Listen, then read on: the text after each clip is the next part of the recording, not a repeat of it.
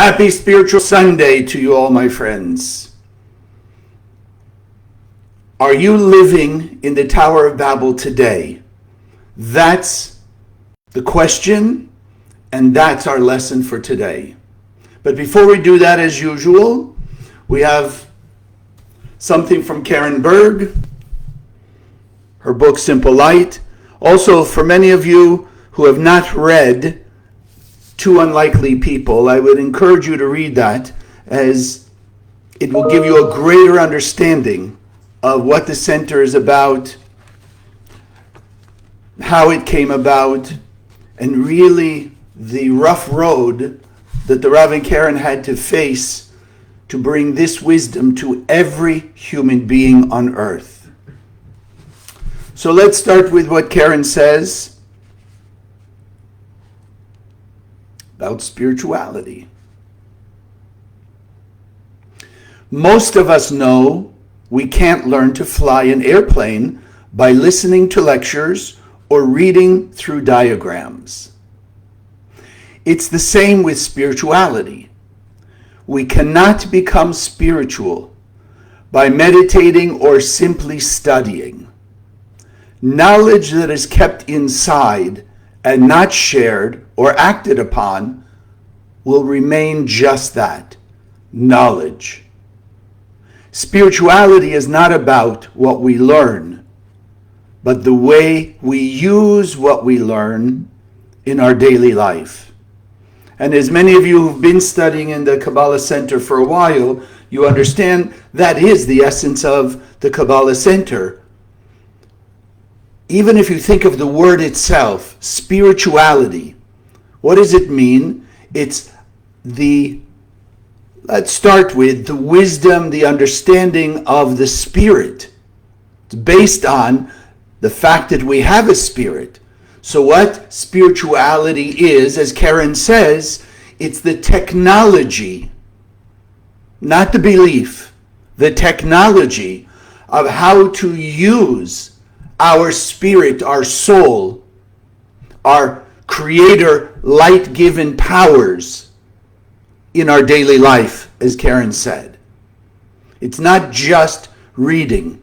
One of the stories that Karen used to tell along these lines, there was back in medieval times, 1700s even, let's say, around the time of the Baal Shem Tov, the story is, there was a very typical set of circumstances in those times that there would be a wise scholar who studied all the time, and the wealthy man of the town would seek to marry his daughter off to this wise scholar, what was considered a wise man, a learned man. So this wealthy man marries his daughter off to this one studious, learned man, and they have a baby. And a few months, whatever, within the year the baby is born, they go to visit the family, the wealthy man in his house.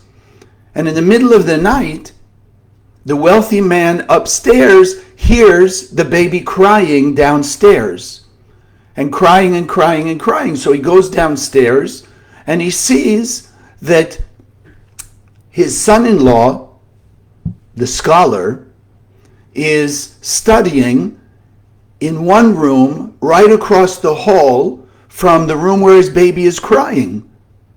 So the father-in-law looks at the son-in-law and says, "Well, don't you hear the baby crying? Your baby crying?" And he says, "Yes." He says, "But I'm studying." And so Karen would always emphasize, as the man said, if that's what your study does for you, in essence to ignore your own son's cry, then the whole study is worthless. So as Karen said that we just read, and those of you may be a few minutes late, I would go back and look at it. It happens to be in this book, Simple Light, page 144. Oh, sorry. We read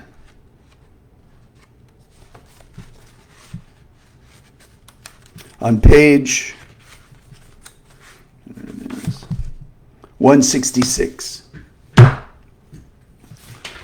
And so as Karen says, the whole purpose of the Kabbalah Centre for virtually 100 years and more intensively since the Rav and Karen became the heads of the center when Rav Brandwein passed from the world in 69, has been to bring this wisdom to the masses, this technology of the soul.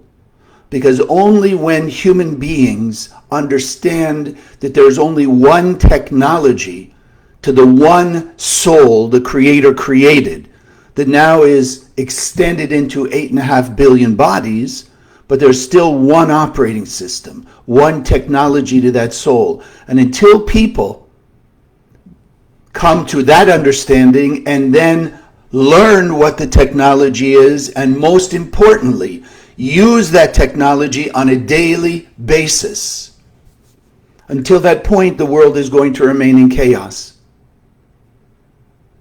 So what you and I are learning here is how to get rid of the chaos.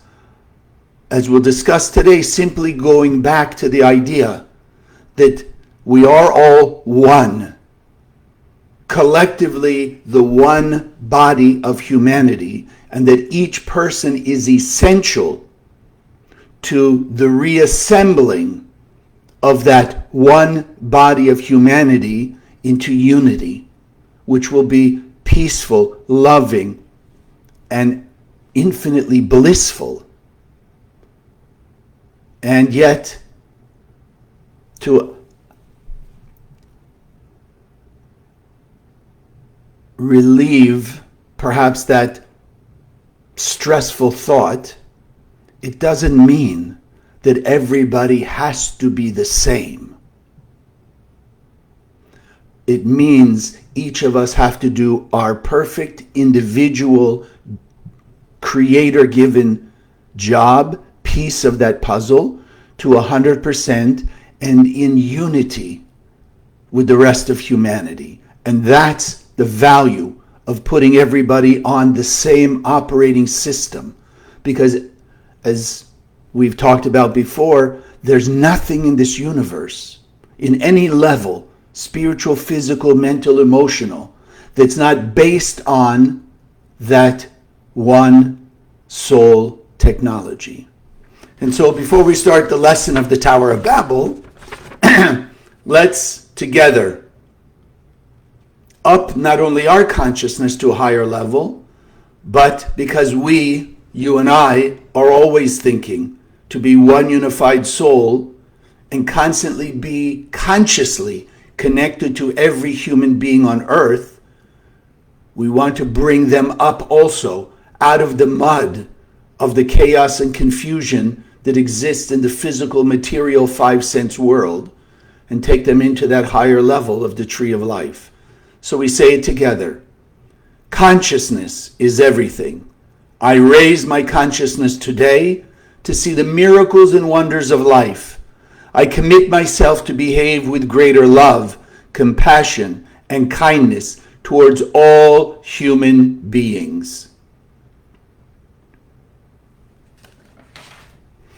And so, yes, I want to talk about the Tower of Babel, this ancient biblical story that sadly people have neglected to understand the power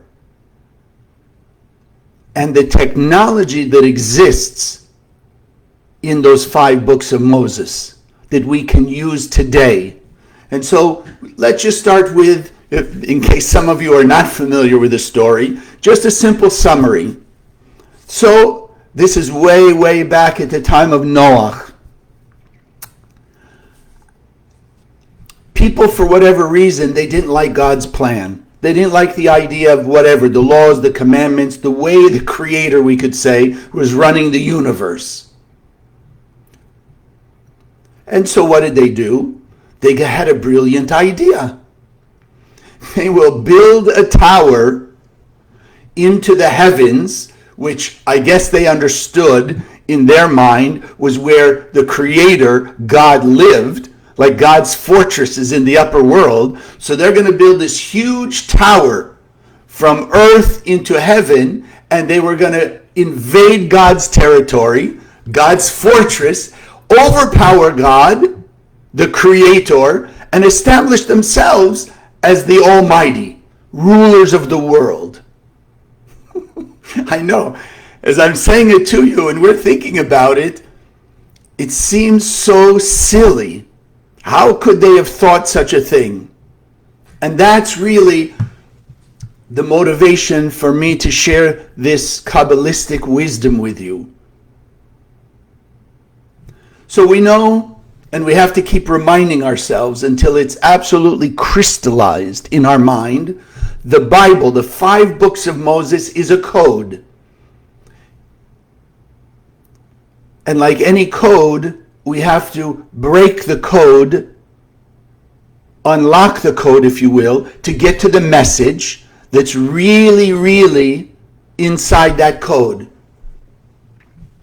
And so, in this case, by understanding the code of the Bible, we are bringing the spiritual technology, as we started today with, understanding, bringing that technology to us today, so that we can live our lives today in a better way, in a way that reduces till it's ultimately gone, the stress, the chaos, the anxiety, and all the assortment of ailments that come from that stress, anxiety, doubt, fear. And so, just like any good code, there are many different ways to unlock that code, or to interpret that code, let's say. Many different levels. So if you think about it, if you're in the military type of thing, and you want to send a message to your troops out in the battlefield, you have a particular message. But the ideal code would be a message, a coded message that the enemy could think they cracked the code, but the message they will get is also a false message. So let's just keep it simple. So within the code, there are 2 levels of understanding. There are 2 interpretations, if you will. The one that's still limited, the one that's still not the ultimate, and then there's the ultimate message that's meant to get across to the troops. So in the case of spirituality, the way the 5 books of Moses was set up, that there were many levels of interpretation. But you and I want to get to the ultimate level, which is all that the Zohar is about. And that's why everything that we teach in the Kabbalah Center and here on Spiritual Sunday is based on the Zohar's understanding of the code, because it's the original and ultimate. Even if you want to look at it properly, the Zohar is the source of the code of the Bible, not the other way around. The blueprint of the universe, which is what the Zohar is. Universal blueprint, which means the laws or the technology is immutable. Simple way, like gravity. Gravity is immutable. Yes, we learn ways to work with gravity to our benefit, but the laws of gravity are universal and immutable. And so this is all the Zohar is. And this is why you and I hear from the Kabbalah Center and Spiritual Sunday, because of the lineage. And I know I repeat it, but it's good to remind you, and especially for some of you who are newer, Rav Berg, master Kabbalist, who was the disciple of Rav Brandwein and the successor of Rav Brandwein, who was the disciple and the successor of Rav Yehuda Ashlag. And you can keep going back and back and back from Rav Ashlag, literally back to Rabbi Shimon Bar Yochai himself.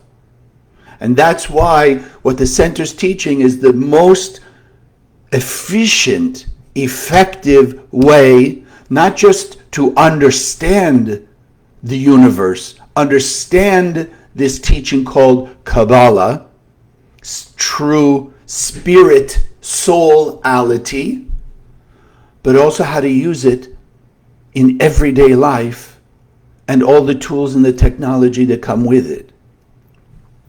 And so this is why, regardless of anything else, the soul of every human being is working in this system. And therefore, why we call it technology? Because it's not just a belief system, which we'll also get into here in a second.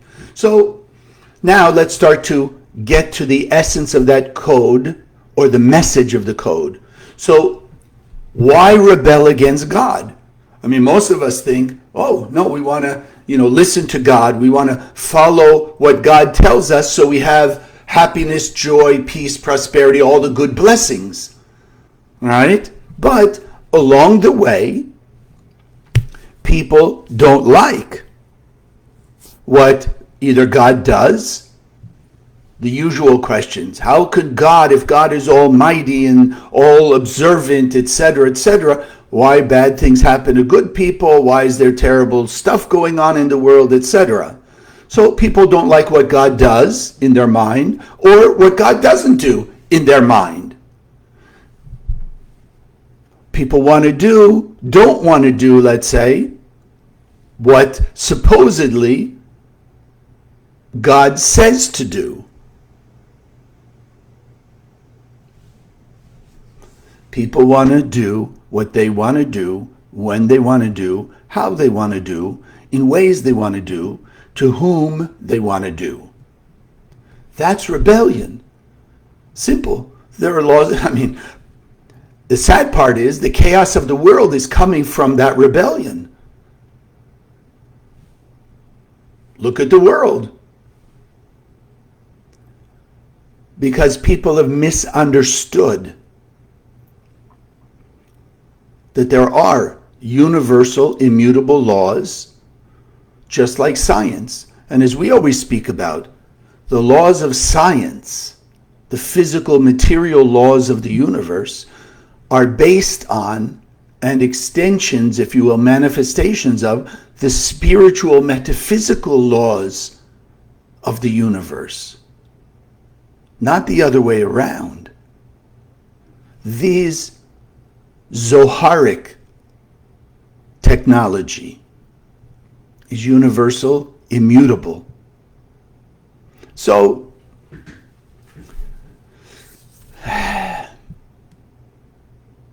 how do we rebel? And this is going to be tough for some of you, but if you'll open your heart and soul and your mind and really contemplate, it'll make a lot of sense. So, how do we rebel? Well, simple terms. If people don't like the system because of what they see people do in the name of those systems, or how people use and alter those systems, then what do? If it's really just a belief system, make up their own belief system, something that's comfortable, something that's easy for them, something that they're willing to do. And unfortunately, when we stand back and look at it that way, imagine a person who takes their car out of the driveway and one day just wakes up and says, you know what? I don't like the government telling me how to drive a car. I don't like that people are forcing me to drive the way they want, under their rules, under their laws. And a person just decides they're going to drive any which way on the road they want. Even if it's only one person on the road today, at some point, when that person's driving how they want, when they want, how, in the ways they want, what's got to happen? There has to be a collision. There has to be a conflict between one driver and the next. An accident, we would call it. But it's not an accident. One person driving, let's say, according to the rules of the road, and the other person deciding they don't like those rules, they're going to do whatever they want. Well, when they stand back, let's think about it. Why are there rules of the road? Conceptually, so that everybody will drive in the same system, and ideally, if they're using that system consciously and with awareness, everybody will get from point A to B without an accident, without fender benders, without any trouble. But when a person decides, no, don't want to follow those rules, drive any way they want, then there's got to be conflict. And so, how do we rebel? And sadly, it's sort of a, unfortunately, typical, stereotypical way. People don't like, well, they don't like whatever the rules of, quote, religion. So they say, don't want to be religious, I want to be spiritual. And then what happens? Spirituality becomes, there's no rules to spirituality because it's spirituality and it's only about the Creator and their connection to the Creator. So they can decide how they want to connect to the Creator, any which way. And since the essence of spirituality, metaphysics, is beyond the physical five sense, people won't always see the cause and effect. They won't see the chaos they're creating. But in simple terms, if everybody's doing what they want when they want, considering it spiritual, and believing that it's connecting them to that higher power, according to the definition of the world, it's just anarchy. Spiritual anarchy. Now, I'm not saying those people are bad people. The painful part of this is, I'd say 99% of the people who are making that effort are really good, kind, nice people. But as the Kabbalists teach us, we're not here just to be good, kind, and nice, because we came into this lifetime good, kind, and nice on whatever level. Our job is to be better before we leave this world, to make the world a better place, to truly manifest more of the light of the Creator and our Creator power that's inside of us. And so, what happened in the story? As, again, we want to see how that which happened then, understand the technology and see how it's showing up today. So, what does the story tell us? They built the tower to heavens, and along the way, the story says, because they were all speaking the same language, which happened to be Aramaic, Hebrew, the one language of the soul, the Creator, as the code says, came down and confounded their language. So now they couldn't talk to each other. And if they couldn't talk to each other and they couldn't build that tower in unity because they could not communicate what to do, how to put the bricks or whatever you want to call it, the whole thing fell apart. Now, what is that Tower of Babel today? The Tower of Babel is, like we said, people don't want to follow rules in whatever way. And I'm also pleased, not saying religion is a bad thing.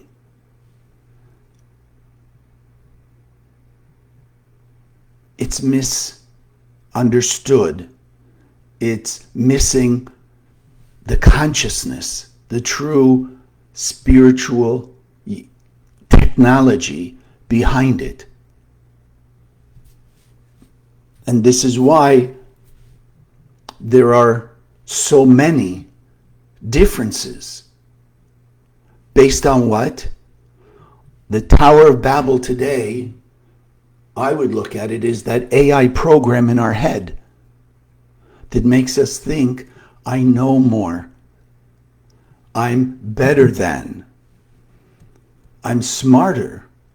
Or even, more importantly, I am the source of my intelligence, my prosperity, my talents and abilities, etc., and therefore leads to reactive behavior based on desire to receive for oneself alone. Because most people don't really realize that voice in their head that they've been listening to all their life, they've been hearing in their brain, is a program, an AI, artificial, separate program than themselves. It is not ourselves. It's there, and we put it there, as we've spoken about before, to challenge us. Instead of being loving, kind, compassionate, generous, humble, forgiving, and tolerant, it's there to challenge and tempt us to be angry and jealous, see and hear the physical, material things that are going on, and while our buttons are being pushed from our previous reactive behavior, creating those buttons, just react, act in the 1% by itself, and create more chaos. And therefore, as the story says, what was the confusing of the languages? Well, one soul, one operating system to that soul, even it's extended into 8.5 billion bodies, there's still only one soul technology from which everything is based. But what's the confounding of the languages in 2026? Is when you look around, all the ways that people can be separated. That's the idea. Instead of being unified, and unified in the light, be separate, which is language, religion, culture, the place you live, the economics, the politics, the social circles, the cars you drive, the houses you live in, the sports you like, the teams you like versus the teams you don't like, shopping, whatever. Any which way, that is the confounding of the languages. And again, I'm not saying those things are bad. Please do not misconstrue it. But as we can see, in simple, worldly experience, don't even have to go different.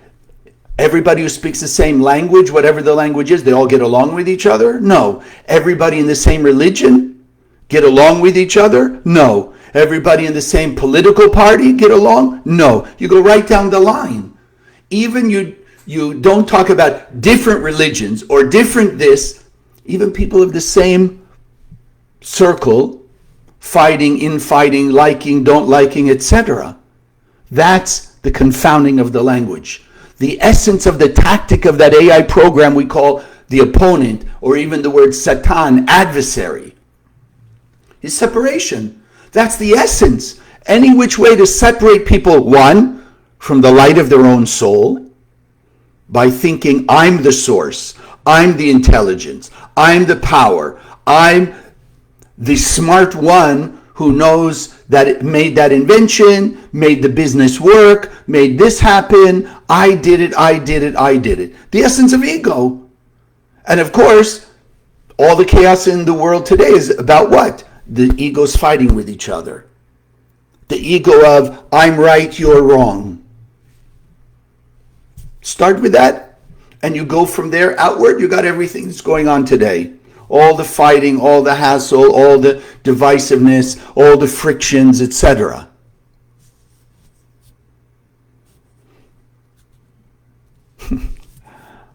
Even think about it. In simple terms we mentioned today, driving.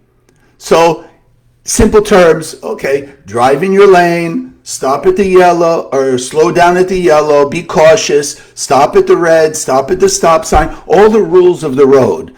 Make a left turn, watch for oncoming traffic and all of this. Well, even within, quote unquote, following those rules, at least the physical, material rules, people still arguing, no, I don't want to let them in front.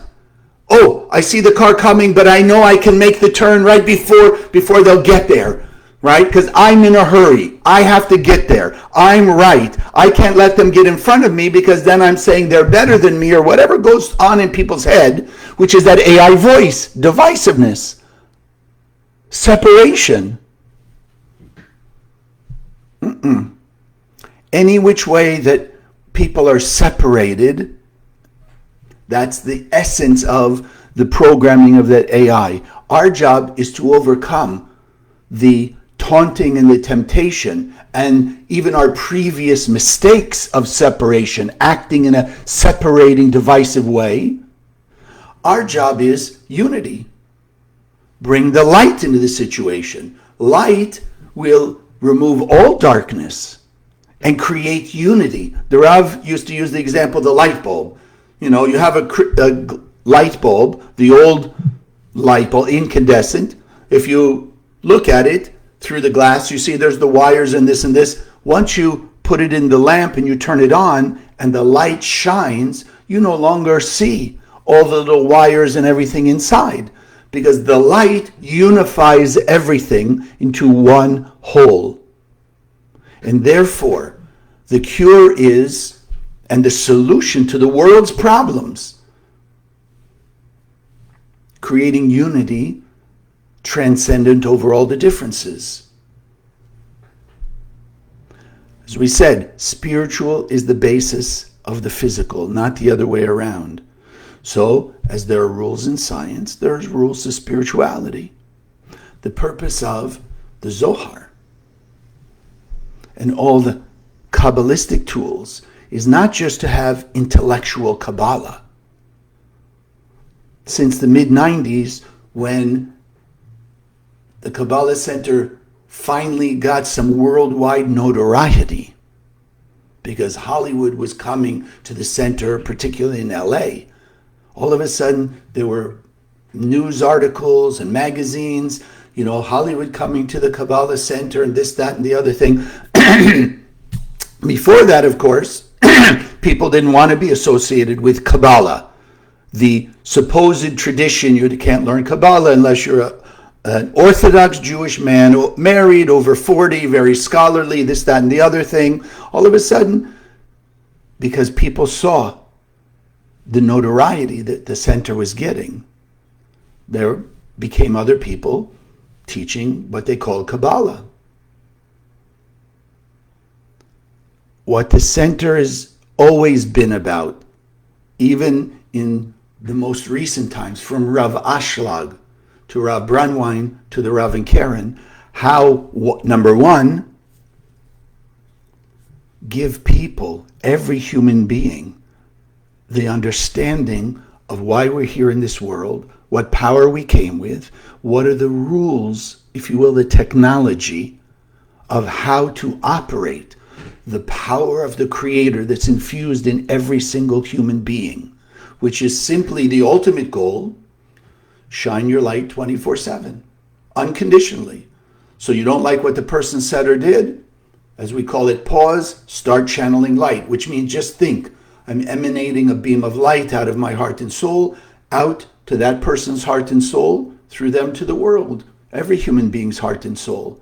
Because if I'll shine light with the intention of getting to their heart and soul, it will get to their heart and soul. May not get right away to their brain, because the AI program has got them so under its control, but you reach into their heart and soul.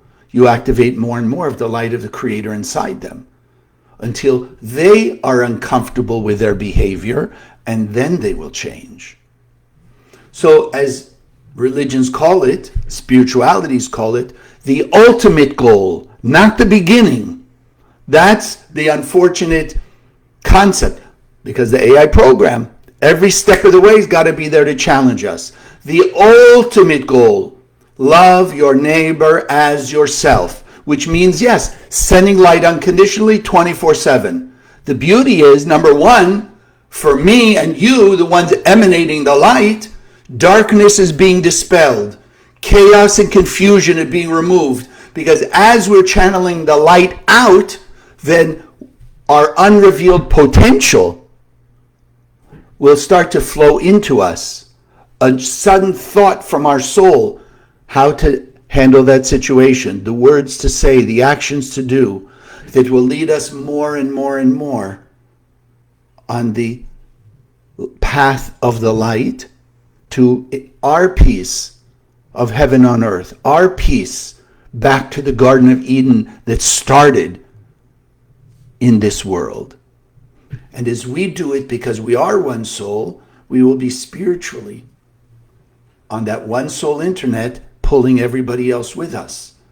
Pulling everybody else with us. You're shining light out in the world, your world less darkness, more blessings, greater light, attracting those blessings, and awakening the souls of all those other people. And this is why it's the end of the process. Not the beginning. People think, oh, I'm already loving and kind. I already love my neighbor as itself. Really, if you really loved your neighbor as yourself to the ultimate, you'd have nobody that you feel anger towards, resentment towards, guilt or shame about. No, you'd just be like a Moses or Rabbi Shimon. Pure light, shining light out to everybody all the time, in spite of. And so this is why the Zohar gives us, again, universal technology that everybody can use. We have the basic tools, like we do at the end of, before we finish, 72 names. We do meditations. I encourage, of course, all of you, have a Zohar. It emanates the light of the Creator. Open it up. Scan with your eyes the Aramaic, because eyes are the window to the soul, and the light that's shining out of the Zohar, which is the blueprint that came from the endless world, didn't get created or written in this world. It was drawn from the endless world. That's why it's universal. That's why it's endless. That's why it's eternal. Make use of those tools. Some of you know the other ones, the new moon connections, the Ana B'Koach, all different ways of purifying, removing the spiritual mud, as we call it, from that's covering our soul, that's shining all the time anyway, but like a lamp that's on and covered, the light doesn't radiate out. Take away. This is the point of the tools. This is the point of Spiritual Sunday. Give us different ways of understanding. One, how we leave ourselves covered with that spiritual mud, and two, how to take it away. Don't misconstrue what unconditional love or love your neighbors yourself. Let me give you Rav Ashlag's analogy, parable, if you will, to understand how much more we can do. And remember, it's a journey. So yes, we may have come in this life, let's just say, starting at 20% of our potential, and you may now be at 30, 40, 50, 60. But it's also important to see what the finish line looks like. So Rav Ashlag uses the idea that literally, love your neighbor as yourself means whatever anybody would need, we would rush to share with them, because we know that there are other people also with that consciousness, love your neighbors yourself, so we would have no concern about giving whatever it is that's needed by one person, because the code is 600,000 other people with that consciousness who are willing, ready, capable, and desire to fill other people's needs. So he says, of course it's back in whatever, the few hundreds of years ago, the master and the servant, they're traveling, right, by carriage, whatever it is, and they camp at a place, and as they're getting out to sleep, the master has a pillow and the servant doesn't. So